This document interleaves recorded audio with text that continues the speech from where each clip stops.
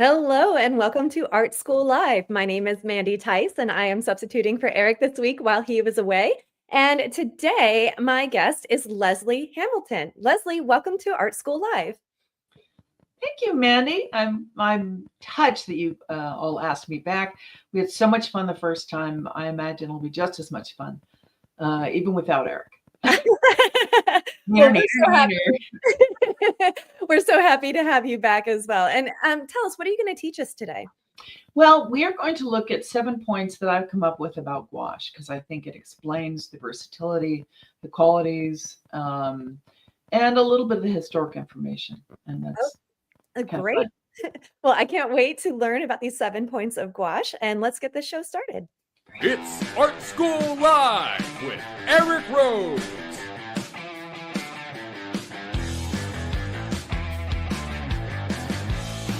Now, here's your host, Eric Rhodes. I'm really enjoying the jams. You may have noticed that I am not Eric Rhodes. My name is 𝗵𝗵cie. I'm the director of the School of Atelier Arts, and I am your substitute Eric Rhodes today while he is away. And today we have the lovely Leslie Hamilton, who's going to show us the 7 reasons why we should all try gouache. So Leslie, take it away. So point 1. Gouache is water soluble. It comes in traditional and acrylic. It's an easy solvent-free medium and offers a safe option to traveling with paint. And I will show you why I say that. I have traveled all over the world with this set. And as you can see, it's just a bunch of different tubes, but it happens to be in a reclaimed pencil box. And that I have been able to use anywhere and everywhere. Secondly, gouache is odorless and dries quickly. You can use it on public transportation, jets, cafes, restaurants. And one of the magical things that you can use with it are these brushes that have been developed. I hope you can see it. There it is. Brushes have been developed that have a channel of water in them ready to go.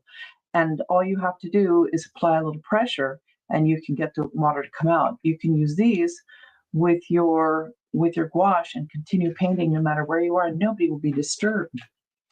Then these are wonderful, wonderful points. I'm feeling a little jealous right now as an oil painter, like that you can just make art on an airplane without bothering anybody. I'm very inspired today to see this demo and maybe try out gouache myself. Oh, good. Well, if you're up at pace, we can do it together. Oh, that'd be wonderful. So that's a great moment to tell everybody that the lovely Leslie Hamilton will also be at PACE. So if you are attending PACE this year, make sure to keep an eye out for her. She's always wearing her red Stetson, so you can't miss her. It's true. So point 3 is gouache is opaque. And they have developed mediums, the different manufacturers have developed mediums that you can change that a bit. But I choose not to. I like to use it in its pure form, unless I'm using it as egg tempera, in which case, if you saw our last demonstration, we went over how you do it. But the short version of it is that it is a medium-sized egg yolk broken out of its membrane and mixed with pigments. And I will be using those today. I like to store mine in these stacking containers because they stack. They screw into each other, and then they have a lid that you can put on, and they refrigerate beautifully, and they're fairly airtight, so it lasts quite a while. If I want to use a larger bit of gouache, I love these restaurant jam jars and honey jars, and you can buy them in a box set, and I will use those for the egg yolk itself and also these other pigments. Then one of the things that I like about gouache, the way it's compatible with watercolor and waterborne mediums, is if you have an area of a painting, the watercolor that you are not that crazy about for whatever reason, it doesn't pop, the value isn't there, you can use a little gouache to really punch that. And I do it all the time. It's great for adding additional foam and spray in an ocean scene. Lots of wonderful tips and tricks like that. Gouache was originally matte. The companies that developed that, I mentioned that. Substrates are everything that you can put it on, everything from this is crescent board that I have primed with gouache, with gesso, You can use it on metal. I have an antique piece that was done on tin. It was used on stucco. It was in both China and Egypt for the murals, and it was used heavily right through the Renaissance period when it was developed by the Dutch or oil. Good for you, Mandy. Oil paint. Well, I had no idea there was such a and long a lot of history favor. of this pigment. That's wonderful. So what I'm going to be doing is I'm going to, I'll continue to take this off because this is going to be our main piece today. But I do want to show you something that you can do. And I just mentioned it. I have a watercolor that I like very much, but I hope there isn't too much reflection on that. I think the water could use a little more oomph. So I'm going to take my gouache, and I'm going to get out the white right here, and I'm going to pop it, and I'm painting over the glass because you can do that as a test. I also will take photographs of my work every now and then and put it into Photoshop. And in this case, though, it's faster for me to do it this way. So see, there's now a little bit of foam on that rock, and it makes this more interesting. There's some more that needs to be over here, because that's really splashing up. And I'll go back in and I'll dab it. If it's too dotty, too kind of polka dotty is what I call it. So we'll do that. And let's see. What a brilliant idea to paint on top of the glass as a test run instead of fully committing to your painting. I wish I could take credit. Well, you get credit today, my friends. Yeah. All right, so there's this. So I will do that frequently. Now, the other thing is when I did this, it was on site at Fall Color Week in Monterey. And you can't see them very well, but there are people dotted all over the hillside here. So I'm going to go back in and I'm going to punch some of their color up, and I'm going to make them a little bit bigger in scale, maybe add some umbrellas. And so it's just tiny, tiny touches, but you're going to find that you might set this glass aside. You might pop this watercolor out of this frame very easily and go back and do exactly what I've just done. And it will give you all kinds of wonderful detail and additions to what you've already done before. So there is that. Wonderful. It's so versatile, this medium of gouache, and yet so neglected by contemporary artists, including myself. I know, I agree with you. All right, so this old piece is my next point about being able to layer gouache. And you can layer gouache. You don't need to see the whole thing. But it always bothered me that I had never finished off her little dress there. So we're going to go back in and we're going to do that with my 𝗥𝗲𝗀𝗀. And I'm not going to have to do much of anything. This is, I think, an old cerulean blue. But I think since when you get into a dark area, cerulean blue can almost become a Payne's gray. We're going to attempt a little blending with that. Now I go down to a 1 or a 0 brush. These are very, very fine and very small. Wow. So I'm going to go in with a little bit of my ultramarine. Then I'm going to grab some Payne's gray. And we're going to darken this area. Now I'm working around lace, not really working around lace, but the image of lace. So I can do a little bit of cheating, but I want to make my strokes tight enough to imitate what I had there earlier, many, many years ago. And that is cross-hatching. That's the trick to this medium. So I'm not going to labor this. I'm going to move on from this. But I want to show you a close-up of it. Hopefully the camera won't put it out of focus. Can you see how most of these are done with crosshatch, particularly her face? Mm. And so you can go back in and layer by crosshatching because you're not going to be picking up and moving around the gouache like it can do. So it can get muddy if you do that. That's why you want to keep those strokes clean.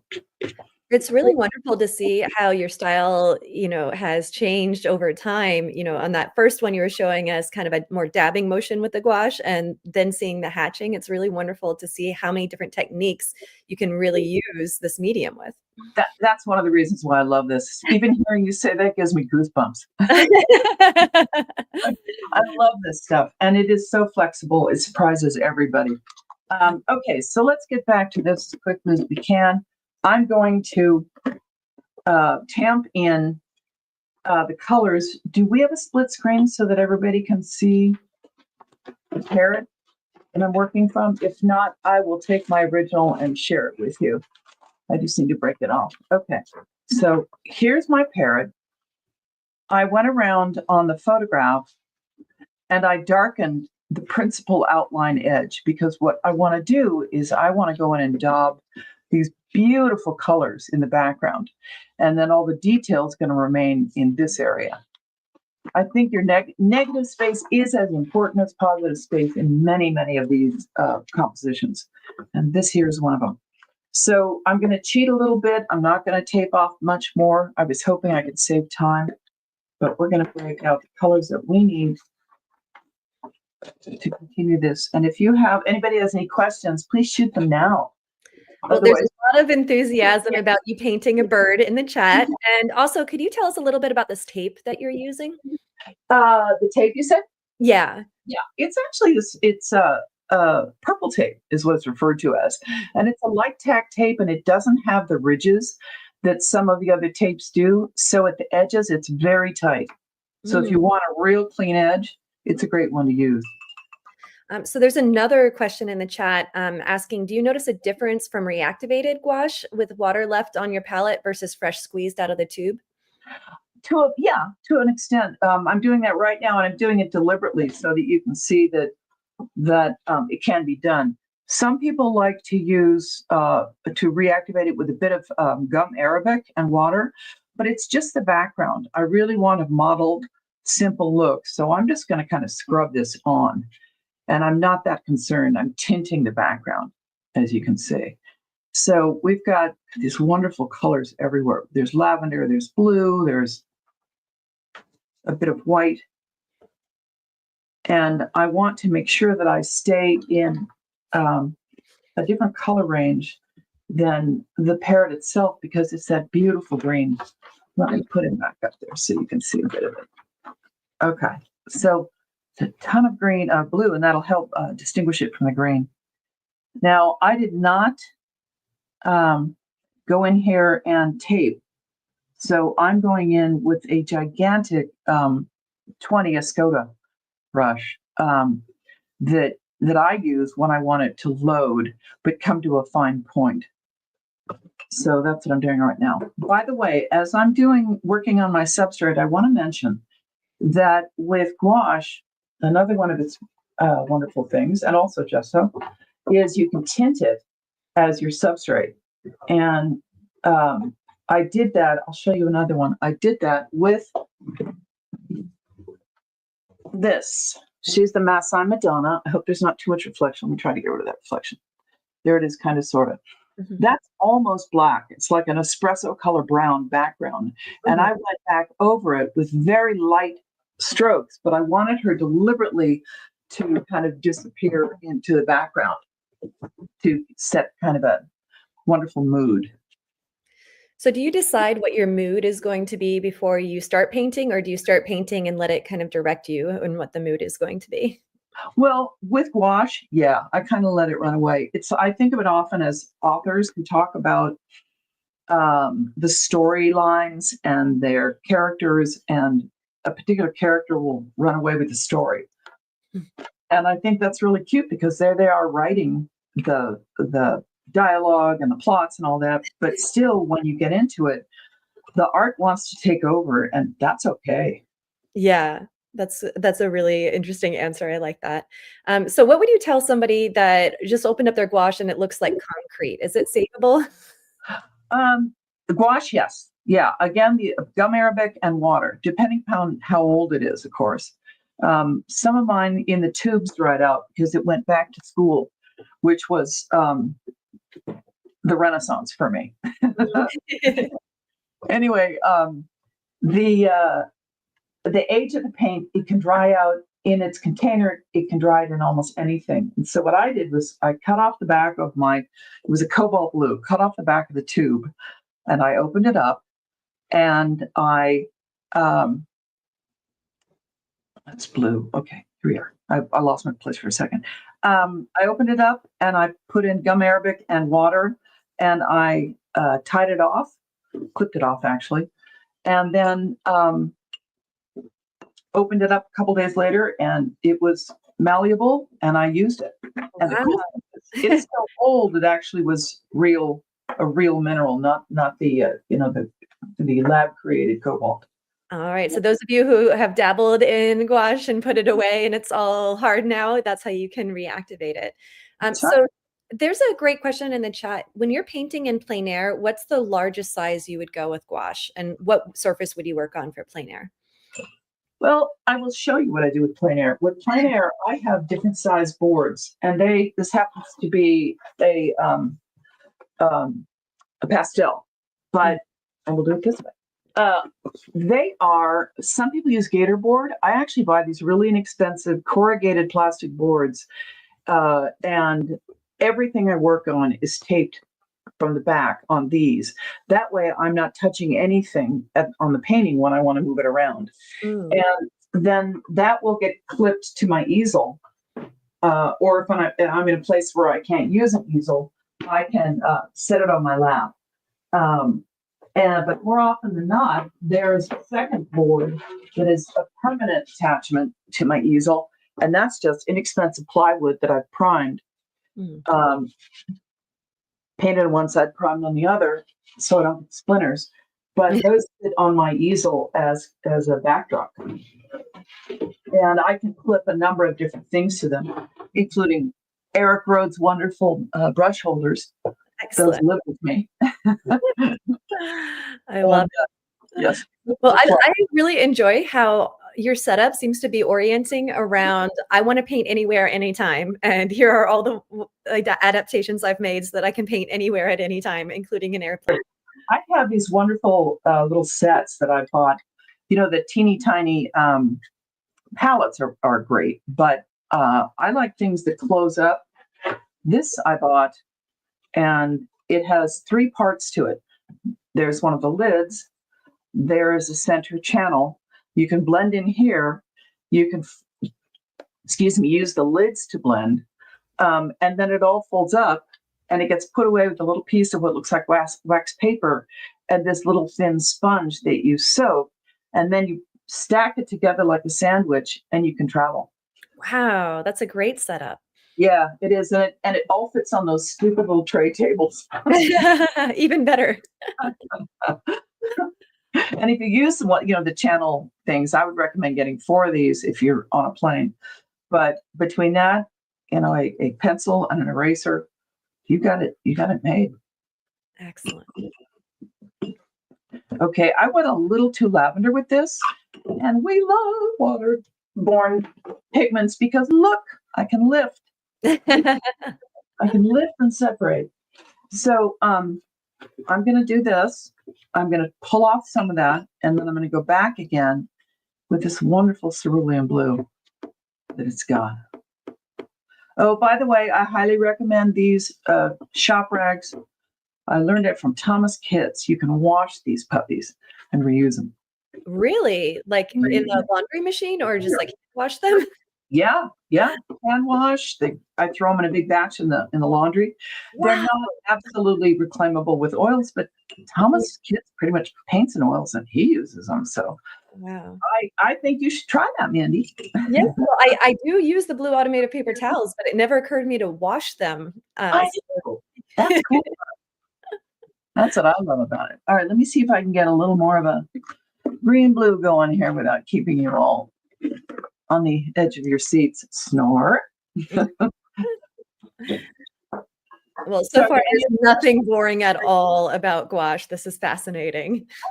Oh, I love it. I just love it. Let's see. I'm going to, this is fun. I love utilizing these really inexpensive things from the craft shop. So this is great for a quick color mix. If you're looking at your palette, you're saying, "Ooh, that's not going to work." So I'm trying to reclaim something that has a blue-green quality to it. Maybe it's a little dead though. I might have to dig out my cobalt. So there's a question in the chat about, can you use your watercolor brushes for gouache? That's what that is. Okay. Yeah. Yes, I do. I'm brutal with my brushes. As a matter of fact, I don't throw brushes away. For over 20 years, I had a decorative painting business, and I had brushes that were designated for certain jobs. And one thing would lead to another, and they all ended up being either cut-in brushes if they were really ruined, because nobody cares about corners, or priming brushes. Mm. Also, if they're really nicely smashed, you can get great quick trees out of them. Yeah, I'm way off. Give me a moment. I really want. Oh, I think we might be having a little bit of a sound issue. Can people let me know in the chat if the sound just cut out?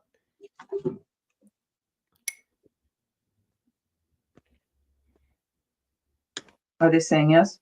No, I just got you back just now. So we'll see how the rest of the chat is feeling. Okay, people are saying that it's doing okay. Okay, good. Yeah, there's lots of people being like, "What? You can wash those blue paper towels?" I know, is that cool? We can all send a thank you note to 𝗵𝗺cie [𝗏𝗀𝗀]. Excellent. All right, and we do have the little picture up on the screen now for you, so if you need to face back. All right. Instead, you can enjoy Oglethorpe. Oh, I love that it has a little hat too. He has a little red Stetson. He's going to be on my easel at all times. Well, if you aren't sure how to find Leslie, she's famous for wearing a red Stetson, and her Instagram handle is @LeslieInTheRedStetson. So make sure to follow her on Instagram and check out her amazing red hats. And it's not a political statement. It's just, I happen to like the color. And nobody else was wearing one.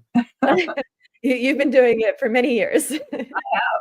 I used to, when I was skiing, I used to ski in them. So I'll tell you a story about that. One day I'm on an elevator with my friend and we're going up to our room, and we're in Aspen, and she's absolutely gorgeous. And so this kind of studly guy sidles up to her on the elevator and he says, "Hey, nice hat." So this was Spider Savage, and he had a hat line. I don't know if you remember the name. Nobody's probably old enough in the group to even remember the name Spider Savage, but he was an Olympian and he thought it was hot stuff. So I'm wearing this hat, and eventually he acknowledges that I'm even in the elevator, and he says, "Hey, yours isn't bad either." And I went, "That's right, it's a Stetson." That's funny. I love that you had an interaction about hats in an elevator. Well, her name's Lisa. Lisa was wearing a spider's hat, so. Well, I mean, that may have given a preferential treatment. That's right. All right, so we're going to just leave it at this, and I'm going to introduce you all to something that one of the artists introduced to me on live ages ago. Oh, it's not even here.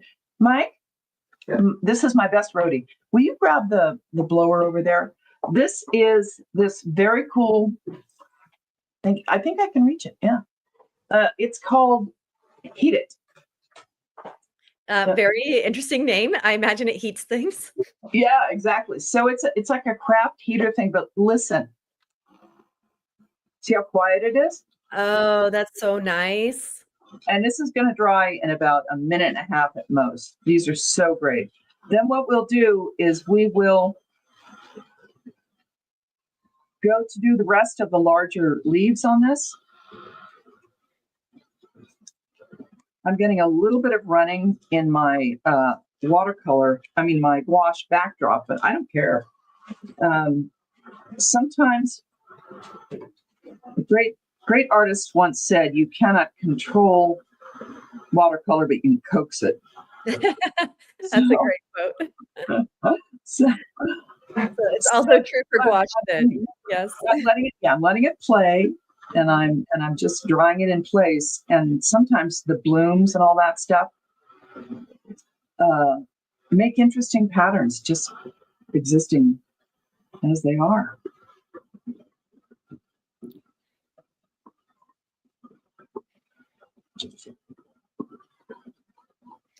All right, you don't have to mask things off. It's just old habits die hard. And when I was doing my murals, it was easier to tape areas off, paint around them, peel it off, and then go in for the details.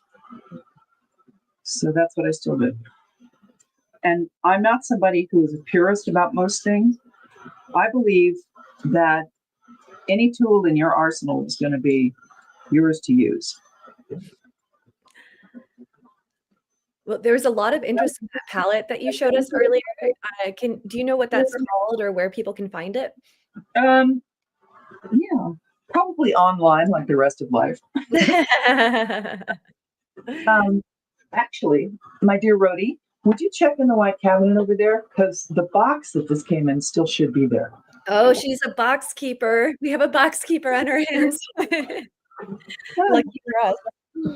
My blower just fell, so I'm gonna leave it. But anyway, I love it because you can be in a public setting, another one of those, and nobody hears, or hardly anybody hears it. It just really is a nice, quiet little tool. Now, I'm going to go quickly because I know we're a limited amount of time and everybody's probably asleep at this point. So I'm going to go in with what they used to call the pregnant dagger. I don't know if you've ever heard it called that. No, but I need to see this now. A pregnant dagger brush? Yeah. So it looks like a dagger. And then from the side, you can see actually it's got kind of this large kind of well. And then it tapers down to a really nice point. Well, the other thing I'm going to do is I wear printer's gloves so nothing smears the fresh paint that I've done, particularly not the oils of your hand. So that's what this is. And then I can rest my hand here and I won't lift. So I'm going to put in a base color. Oh, and another trick is I always have a ramekin with a damp sponge in it. And it's where I will dip my water and then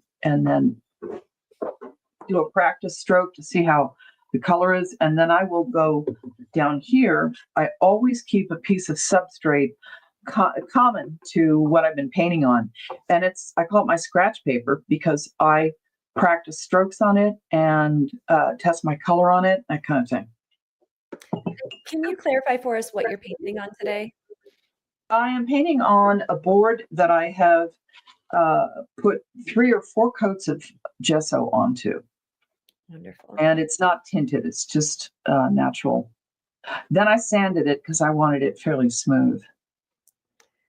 Okay. Your studio supply setup is off the hook. We have pregnant dagger brushes. We have these like really magical little boxes. We have sponges and ramekins. Like we have purple tape. We have it all. All right, and here's the palette. Oh, thank you for sharing with us. You probably read right side up, right? Yeah, most of the time. Only on even days. On odd days, I read upside down. And here's the box. Oh, I'm not allowed to throw away boxes. My husband won't let me. Hey. Well, I feel like there's 2 kinds of people in the world: people who keep boxes and people who don't. And I'm amazed that you're still married, having a box keeper and a box not keeper in the family. Oh my gosh. Yes, I'll also give marriage advice. Marry your best friend. Oh, that's really good advice. It's really fun. Those of you who didn't see the behind the scenes before we came on today, but Leslie's husband has been super supportive and wonderful and doing a wonderful job with the behind the scenes tech. So thank you to him. They all know him. He sometimes hosts the Dreamliners book club and helps us out on our Friday afternoon plein air club. So, and he's my roadie every show I have. So it's kind of wonderful. Lose this puppy. I want to go faster. There's a question about: do you always paint upside down? No, I'm doing it today for your benefit because when I positioned this wonderful camera we got behind me, everything was tilted so hard it was badly distorted. So I do paint upside down, and I do it. I teach. I think I mentioned this earlier when we were talking with Almondine, that I teach my students to do this to break habits. If they paint the same tree all the time, like a child would paint a lollipop and say that's a Christmas tree, or they would paint a Christmas tree, and I would paint in a demonstration some kind of other, a yew tree or something. They'd say, well, that's not what they look like. So we need to keep our minds open to different things, and one of those is not all trees look alike. I like to go in the direction, for example, see his feathers. I like to do this, and I was going vertically to try to fill in the space. And it occurred to me that it would be better if I did this because it would give the feathers layers before I even get there. Do you know what I'm saying? Wonderful. An example of the painting informing your technique. Yeah. Okay. We're not going to get through this, which is just fine. What we will do, I will continue it, and then I will post the finished piece so you can see how tight we'll get into it. What I'm going to do right now, though, is, will you get that blower up here again? Thank you.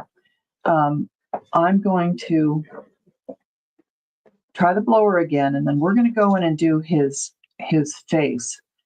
So make sure to follow Leslie on Instagram so that you get to see the final work at Leslie in the red Stetson. Oh, it's not like that. Yeah. Another great thing about a water-based material is you can share your water with your creation. I have a giant thermos of water right here, and I can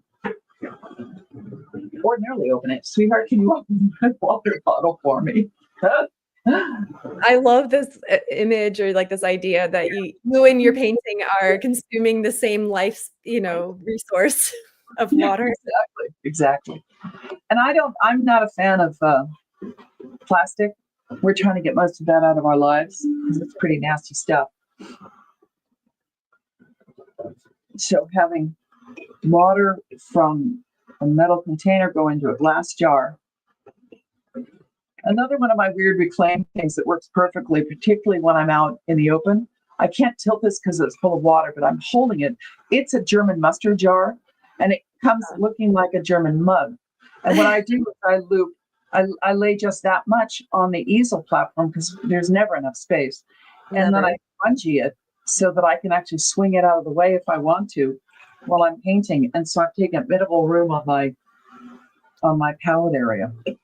Oh, so you bungee it using that handle so that you have more space. Oh, great. What a great idea. Yes. I need to visit your studio, lady. Like, you have every magical thought out, like, how can I make my painting life easier thing I've ever seen. You keep thinking that. You keep thinking I'm not cheap and do this because I save money. I love it. So just a heads up, we have about 15 minutes to work. Okay, great. I'm going to go straight to his head. We're going to use another small brush. Not quite as small as what we had, but pretty darn small. We're going to be working with a looks like an 8. No, I lied, a 3. And I'm going to go into that gorgeous red. I like to work with gouache in underpainted colors. As long as you can get them to dry, and in particular if they're egg tempera, they'll sit still. They will not lift on you. But I'm going to look at this as a red-orange. Excuse me. Oh, sorry. There's a question in the chat about keeping brushes in water. Some people are saying that their teachers say never leave your brushes in water. Do you have an opinion on that? Yeah, actually, I will let them soak for a second, and then back to my sponge. You see me stroking off the excess water from my sponge, and I lay it on its side. So all the ones I'm not using are here. Okay, here's another one you're going to love. Oh, boy, I'm so excited. Mandy, this is an antique toast holder. What? And I lay my brushes right there Goodness. when I'm not working with them. Oh, my goodness. This is brilliant. I love it. And now we're all going to be like flooding the antique market for toast holders. I have got to see your studio. This is insane. Really fun. I love it. It is fun here. We have an indoor-outdoor space, and I'm hoping to enclose the indoor one of these days. The outdoor one of these days, because the temperature, as everybody knows, in California has gone out of control. So I'm going in, I'm taking small strokes, and I'm thinking feather, tiny feathers. These are those teeny tiny feathers that are on their faces. And I'm working with a fairly wet brush because I want this to move around. And there is hair in my way. So we're going to do this. I'm just going to knock it in very, very quickly. His eye has this gorgeous blue right around it, between it and his nostril. I'm going to play down the nostril because it's one of those objects that is so similar to an eye with an iris that I don't want it to distract, and it will. So we're going to do that gingerly. And then I'm going to work into it wet because we don't have a lot of time. But you can anyway, you can work into it wet. All right, this is this. And I pre-mix these colors for a different project, but because I have a palette near me, I can always adjust them. And then we're going to go like this and do that little indentation there. And over here. Their eyes are so interesting because birds have them set deliberately so that they can, scour large trees for small fruit or the predatory birds. And it's a common mistake to get the beaks in the wrong spot in relation to the eyes and vice versa. So what you're saying is that the relationship between the features is just as important for birds as it is for painting a portrait? Oh gosh, yeah. Yeah, because you can really make the bird look strange or change the actual type of bird. Predatory birds have that definite hook. Parrots have a hook too, but it's slightly different and it's meant for chipping away at nuts and berries and stuff like that. This bird happens to be sitting, in my opinion, on a tropical plant. I think it might have been a papaya plant that bloomed, and before it got to seed and grow its little papayas, this guy came along and made himself at home with those seeds. So I'm blending on the board. You see, I've just dropped in some orange, and I'm just letting that blend with the yellow. And it's 𝗥𝗀𝘀cie on his chin. So already I'm getting good strokes up here that look like feathers, and I'm getting 𝗥𝗀𝘀cie in his ear that looks like a ruddy beak. Okay. So those containers that you have the pre-mixed pigment in, those are made of plastic or glass, and they screw together? They are plastic, sadly. But they're recycling, repurposing. I have a friend who is a jeweler, and she asked if I could use these little teeny tiny gems. And so she had them. She gave me this entire case of them. And so I thought, oh, what am I ever going to do with those? Well, Lordy, I certainly repurpose them and use them for my smaller amounts of pigment. They're great. Well, I feel like someone can even give you an antique toast holder and you'll find a way to use it effectively in your studio. You're awesome. When you had that hair on your painting, I was like, where's the special hair removal creative thing? I know she has one somewhere in the studio. I'd like to put it back on the dog it came from. I haven't figured that one out yet. All my friends know Greta. Greta comes in only to see if I have food. If I don't, she leaves. Well, you have a parrot. I don't know how she feels about that. I know. She does not like birds much, but I've taught her mommy's birds, and so she backs off. But yes, as everyone knows, lizards are her mortal enemy. And squirrels aren't too popular either. Yeah, she's a sweetheart. She's really daddy's girl. I, again, am food lady. Everybody has their role to play. It's true. It's true. She's going to go into mourning. Mike has to go back for a family event to Detroit. And so Greta sits in the laundry room, which is our other door to the front of the house. And what do they call it? Sits Shiva. Oh. So one of our contributing members today is saying, has been sleuthing out the toast holders on eBay, and there are surely many, and you can get the one that you desire. So good news, everybody. There is a plethora of antique toast holders available. Okay, so what I'm doing now, as we come to a close, is I am stroking with an older, drier brush. Again, keep them around because they're great for certain purposes. And this one is a flat, I think it's a 1/2 inch. Not terribly expensive at all, but at one point it just gave up its sort of adhesion to itself. So what I've done is I've gone in and I have textured the feathers a bit. And then with something like this, when everything is set up a bit, I will go in with its front edge and lift some of the paint so that it again makes ridges. So let me see if you can see this.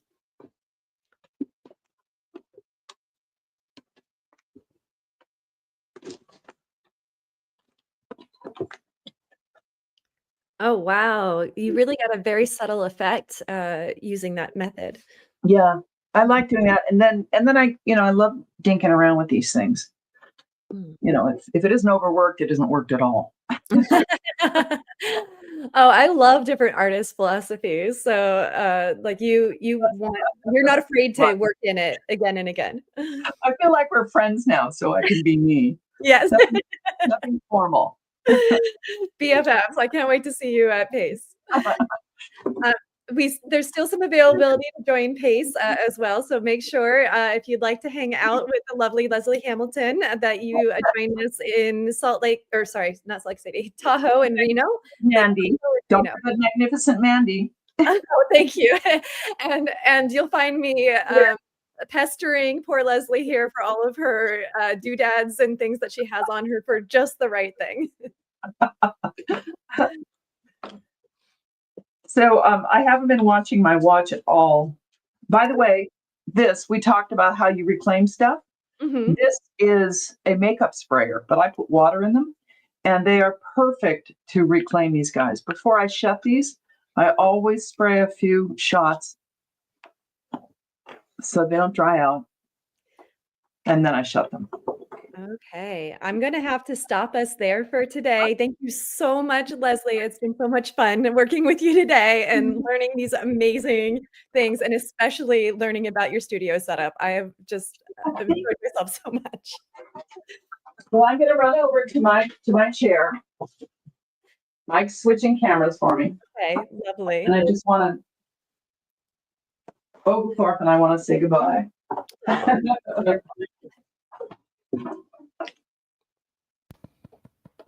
If you ever had a troll doll, they don't come with outfits. So I had to improvise with my blue tape. Oh, the red overalls. Oh, that's wonderful. And this is my hat for Pace. Oh, in the background too. How much fun is it? Remington. What is it picking up? Yeah, it doesn't like how skinny that arrow is, but how much fun. Oh, I know. I love it. Took my hat down. I look like I'm wearing a cap. We all know it's a red Stetson because Leslie's Instagram handle is Leslie in the red Stetson. So make sure to follow her right now. My name's Mandy Tice. I'm substituting for Eric today.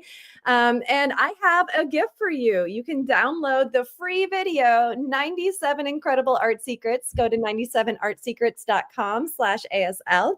And if you haven't signed up for the Plein Air Convention and Expo yet, Leslie and I are both going to be there. You won't want to miss it. It's May 19th through 23rd. And let's just watch this short video about Pace.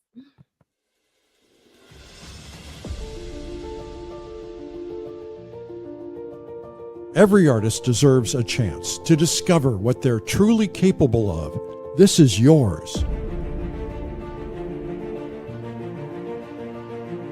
Join the world's top painters for 5 days of immersive learning, creativity, and connection in the most picturesque regions of Lake Tahoe and Reno. I enjoy the scenery, I enjoy the locations, and I enjoy meeting people.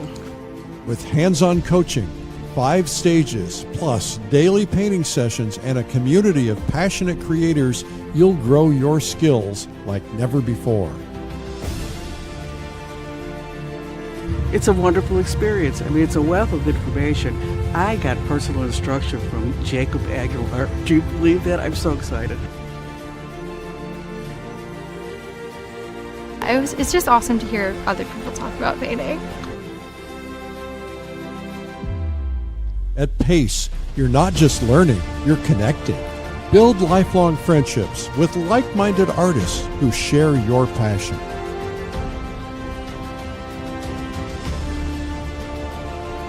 This is where ideas spark, creativity flourishes, and your next breakthrough begins. I would say just go for it. As long as I'm living and able, I will come to these. Just sign up and go. Don't wait, seats are limited. Join us at the Plein Air Convention and Expo in Lake Tahoe and Reno. Secure your spot now.